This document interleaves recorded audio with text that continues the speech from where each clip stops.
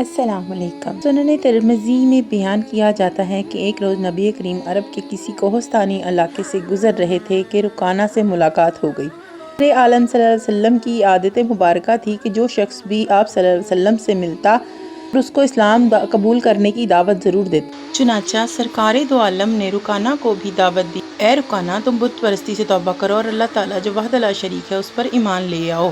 اس نے کہا، ایک شرط پر آپ صلی اللہ علیہ وسلم کی دعوت کو قبول کرنے کے لیے تیار ہوں، اگر آپ صلی اللہ علیہ وسلم مجھے پچھاڑ دیں تو میں ایمان لے آؤں گا۔ جی، احادیث میں اس واقعے کا تذکرہ ملتا ہے کہ رکانہ نامی پہلوان نے اسلام لانے سے قبل ایک موقع پر صلی اللہ علیہ وسلم کو ایک بکری کے بدلے کشتی لڑنے کا چیلنج دیا، جسے رسول اللہ صلی اللہ علیہ وسلم نے قبول کر لیا، اور کشتی شروع ہوتے ہی آپ صلی اللہ علیہ وسلم نے رکانہ پہلوان کو چت کر دیا۔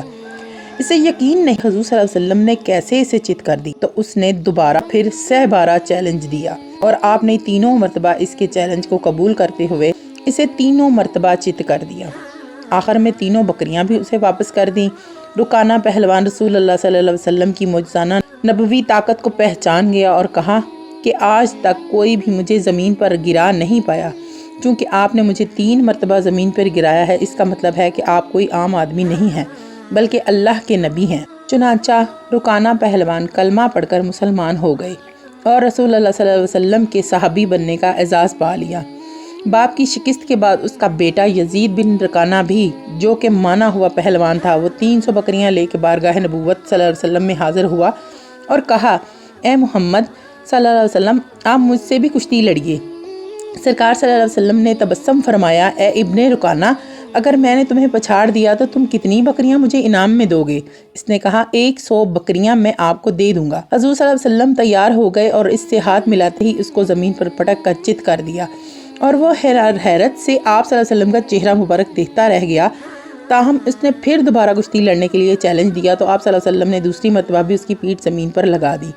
اس نے پھر 100 بکریاں آپ کو دے دیں، اور تیسری بار اس نے کشتی کے لیے للکارا تو اللہ کے نبی صلی اللہ علیہ وسلم نے اس کو تیسری بار بھی چت کر دیا، تو اس سے باقی 100 بکریاں سرکار کی خدمت میں پیش کر دیں، اور کہنے لگا، اے محمد صلی اللہ علیہ وسلم، سارا عرب گواہ ہے کہ آج تک کوئی پہلوان مجھ پر غالب نہیں آ، مگر آپ صلی اللہ علیہ وسلم نے 3 بار جس طرح مجھے کشتی میں پچھاڑا ہے، اس سے میرا دل مان گیا ہے کہ یقیناً آپ صلی اللہ علیہ وسلم اللہ عز و جل کے نبی ہیں۔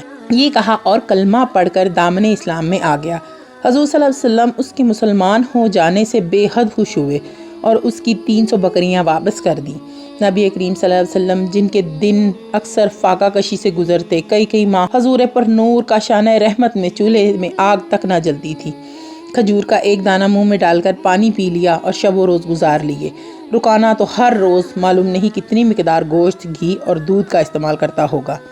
مورخین کا قول ہے کہ رکانہ فوراً ہی مسلمان ہو گیا، مگر بعض مورخین نے لکھا ہے کہ رکانہ نے فتح مکہ کے دن اسلام قبول کیا۔ سبحان اللہ، جزاک اللہ خیرہ۔